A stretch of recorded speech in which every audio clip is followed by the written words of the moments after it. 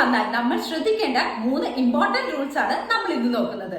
Rule number 1, നമ്മൾ panic ആവാതിരിക്കുക എന്നുള്ളത് തന്നെയാണ്. നമ്മൾ ഭയങ്കര പാനിക് ആയി പോയാൽ കുഞ്ഞുവാവയ്ക്ക് ചെയ്തു കൊടുക്കാൻ പറ്റുന്ന ചെറിയ കാര്യങ്ങൾ പോലും നമുക്ക് ചെയ്തു കൊടുക്കാൻ പറ്റാണ്ടായി പോകും. റൂൾ നമ്പർ 2, കുഞ്ഞിന്റെ ചൂട് കുറയ്ക്കാൻ വേണ്ടി നമ്മൾക്ക് എന്തൊക്കെയാണോ ചെയ്യേണ്ടത് ആ കാര്യങ്ങൾ ടെൻഷനൊന്നും ഇല്ലാതെ ചെയ്തു കൊടുക്കുക എന്നുള്ളതാണ്. കുഞ്ഞിന്റെ നെറ്റത്ത് മാത്രം നമ്മൾ ഒരു പീസ് തുണി നനച്ചിട്ടത് കൊണ്ട് ഇതിന് പ്രതിവിധി ആവില്ല. നല്ല കട്ടിയുള്ള ഒരു ക്ലോത്ത് നനച്ച് കുഞ്ഞിന്റെ ദേഹം ആസകലം നമ്മൾ തുടച്ചെടുക്കുകയാണ് ഇവിടെ ചെയ്യേണ്ടത്. ഇതിനുശേഷം മാത്രമേ കുഞ്ഞിന് സപ്പോസിറ്ററി അല്ലെങ്കിൽ ഏതെങ്കിലും ഫീവറിന്റെ സിറപ്പുകൾ എന്ന് നിങ്ങൾ ചിന്തിക്കേണ്ടതായിട്ടുള്ളൂ. റൂൾ നമ്പർ 3, കുഞ്ഞിന് ആവശ്യമായ കലോറീസ് വാവയുടെ ഉള്ളിലേക്ക് എത്തുന്നുണ്ട് എന്ന് നമ്മൾ ഉറപ്പ് വരുത്തുക എന്നുള്ളതാണ്. ഇതിനായി ചെറിയ വാവയാണെങ്കിൽ നമ്മൾ ഇടവിട്ട് കുഞ്ഞിനെ ഫീഡ് ചെയ്യുക.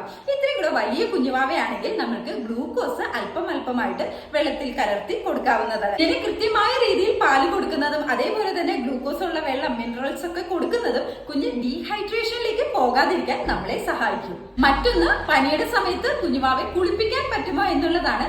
തീർച്ചയായിട്ടും വാവയെ കുളിപ്പിക്കാൻ ഇളം ചൂടുവെള്ളത്തിൽ കുളിപ്പിച്ചു കഴിഞ്ഞാൽ ആ ഒരു ആവി കൊണ്ട് തന്നെ കുഞ്ഞിന്റെ ആ മൂക്കിന്റെ അടവൊക്കെ മാറി ആ ഒരു എയർവേസ് ഒക്കെ പ്രോപ്പർ ആയിട്ട് ഓപ്പൺ ആയാൽ കുഞ്ഞുവാവയ്ക്ക് നല്ല സൂത്തനിങ് ഇഫക്റ്റ് കിട്ടും, നല്ല ഉറക്കവും കിട്ടും. Enjoy your parenting. Thank you.